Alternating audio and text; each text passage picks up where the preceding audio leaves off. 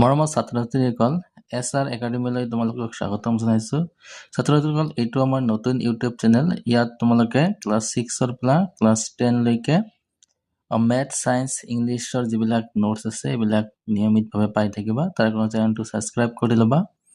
ছাত্ৰ-ছাত্ৰীসকল আজি আমি ক্লাছ 7ৰ অসম জাতীয় বিদ্যালয়ৰ ক্লাছ 7ৰ অনুসৰণী 1ৰ A অৰ্থাৎ এক্সাৰসাইজ 1ৰ A ৰ 1 নম্বৰ যিখিনি কোৱেশ্চন আছে মান নিৰ্ণয় কৰা সেইখিনি আমি সলভ কৰিম অৰ্থাৎ সমাধান কৰিম। তো তোমালোক চাই থাকা কি দিয়া আছে ইয়াত চোৱা 1 নম্বৰ দিয়া আছে মান নিৰ্ণয় কৰা 1 নম্বৰ কি আছে 17 plus minus 9 this equal to কি হ'ব চোৱা 17 ইয়াত কি আছে প্লাস এ মাইনাস এ কি হয় আমি জানো মাইনাস হয় মাইনাস 9 ইকুৱেল টু ইয়াৰ পৰা এইটো মাইনাস কৰি দিলে কি পাম আমি এনসাৰটো 8 তো এইটো হ'ব ইয়াৰ এনসাৰ। নেক্সট 2 নম্বৰটো কি দিয়া আছে চোৱা 2 নম্বৰটো ইয়াত ধুনীয়াকৈ লিখি ল'বা কি দিয়া আছে -25 প্লাস 13 এইটো আছে 2 নম্বৰটো। তো ইয়াত তোমালোক ধুনীয়াকৈ দিস ইকুৱেল টু আমি জানো -25 লাগিলে এবাৰ লিখিয়ে ল'বা এইটো এনসাৰত প্লাস 13 ইকুৱেল টু আমি চোৱা ইয়াত আছে আমাৰ প্লাস আৰু ইয়াত আছে আমাৰ মাইনাস। তো যদি দুটা সংখ্যা তোমাৰ চিন ব্লেক ব্লেক থাকে তেনেহলে সংখ্যা দুটা আমাক কি কৰিব লাগে বিয়োগ কৰিব লাগে। তো বিয়োগ কৰাৰ ক্ষেত্ৰত আমি কি কৰিম আমাৰ কোনটো আমাৰ ডাঙৰ সংখ্যা ডাঙৰ আমাৰ কোনটো এটো হল আমাৰ 25 টো ডাঙৰ আৰু 13 টো সৰু যেহেতু ডাঙৰটোৰ আগত মাইনাস চিন আছে গতিকে আমি মাইনাস চিনটো দি লম। তো ইয়াৰ পৰা এটো মাইনাস কৰিলে এনসাৰটো কিমান আহিব 12 তো -12 এটো হ'ব ইয়াৰ এনসাৰ। তো এনেকে বাকিখিনিও কৰিবা আৰু ইয়াৰে মই 5 নম্বৰটো কৰি দিও 5 নম্বৰ চোৱা কি দিয়া আছে 63 প্লাস -29 তো আমি জানো এটো কি আছে এটো প্লাস এ মাইনাস হ'ব 63 -29 তো 63 ৰ পৰা লাগিলে তোমালোক সাইডত ধুনীয়াকৈ ৰাফ কৰি ল'বা এনেকে ৰাফ এটা সাইড বনাই ল'বা 63 ৰ পৰা আমি 29 মাইনাস কৰি লম সৰি ইয়াত মোৰ লিখতে ভুল হৈছে 25 নহব 29 হ'ব। তো আমি 13 ৰ পৰা 9 গলে পাম আমি 4 ইয়াত থাকিল 5 5 ৰ পৰা 2 গলে আমি পাম 3 তো ইয়াৰ এনসাৰটো হ'ব 34 এটো লিখতে অলপ মিস্টেক হৈছে 38 নহব। তাৰ পিছত চোৱা তাৰ পিছত কি দিয়া আছে 5 নম্বৰটো মই কৰি দিলো আৰু 6 নম্বৰটো চোৱা 6 নম্বৰটো অলপ ব্লেক টাইপৰ আছে 6 নম্বৰটো এবাৰ কৰি দিও কিমান দিয়া আছে -38 প্লাস -42 তো এইটো আমি একে ধৰণেই কৰিম চোৱা এই যে আমি লিখি লৈছো এবাৰ 6 নম্বৰটো -38 প্লাস -42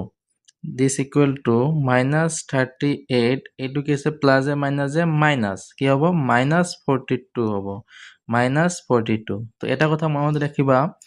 যে যদি দুটা সংখ্যাৰ চিন একে একে থাকে যদি দুটা সংখ্যাৰ চিন একে থাকে তেনেহলে কি কৰিব লাগে সেই সংখ্যা দুটা যোগ কৰিব লাগে আৰু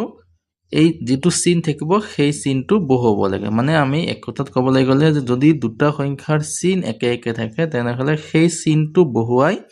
সংখ্যা দুটা যোগ কৰি দিব লাগে। তো ইয়াত মাইনাস চিন আছে গতিকে মাইনাসটো আমি বহুৱাই লম আৰু এই 38 আৰু 42 টো কি কৰিব লাগিব আমাক যোগ কৰিব লাগিব 38 আৰু 42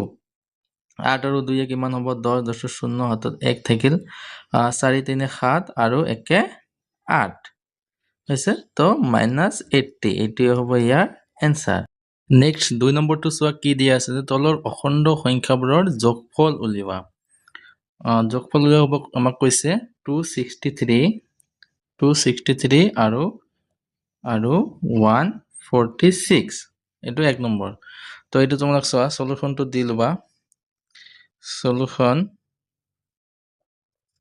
263 প্লাস কিমান দিয়া আছে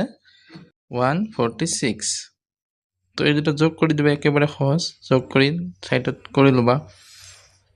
263 আৰু 146 16 9 হ'ব 6 আৰু 4 10 ৰ 0 টো লবা 1 থাকিল 2 আৰু 3 সৰি 2 আৰু 1 3 আৰু 1 4 409 হ'ব 409 এটো এনসাৰ। তাৰ পিছত 2 ৰ 2 নম্বৰটো কিমান দিয়া আছে চোৱা 2 ৰ 2 নম্বৰটো দিয়া আছে আমাৰ 315 আৰু -265 so 315 আৰু -265 তো এইটো আমি কৰি লম 315 প্লাস -265 তো একেদৰে আমি আগৰ মান নিৰ্ণয় কৰা বিলাকৰ দৰে কৰিম 315 এটো প্লাস এ মাইনাস এ মাইনাস হ'ব 265 তো দিস ইমপ্লাইজ এটো তোমালোক মাইনাস কৰি দিবা সাইডত কৰি লবা 315 আৰু কিমান আছে 265 তোমালোক পাৰিলে এনেকৈ তোমালোক কি কৰি লবা একদম ডাইৰেক্ট যদি পাৰা মাইনাস বিলাক কৰি লবা নহলে এনেকৈ সাইডত লিখি লাই কৰিবা তো মই তোমালোক সাইডত লিখি লাই কৰাই দি আছো 5 ৰ পৰা 5 গলে 0 আহিব এটো 11 ৰ পৰা 6 গলে 5 আহিব এটো 2 2 ৰ পৰা এটো 50 হ'ব आंसर কিমান হ'ব 50 তো ইয়াৰ आंसर হ'ব 50 তাৰ পিছত 3 নম্বৰৰ বিলাক কি দিয়া আছে সোৱা 3 নম্বৰ দিয়া আছে কি যে তলৰ অখণ্ড সংখ্যাবোৰৰ যোগাত্মক বিপৰীত সংখ্যাবোৰ লিখা 3 1 দিয়া আছে 46 সো এইবিলাক একেবাৰে সহজ মই ইয়াতে সাইডত সৰুকৈ লিখি দিও 3 ৰ যোগাত্মক বিপৰীত সংখ্যা বুলি কৈছে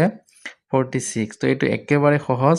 যোগাত্মক বিপৰীত বুলি ক'লে তোমাৰ 1 ৰ যেটো দিয়া আছে 46 ইয়াৰ যোগাত্মক বিপৰীত সংখ্যাটো হ'ব -46 মানে সংখ্যাটোৰ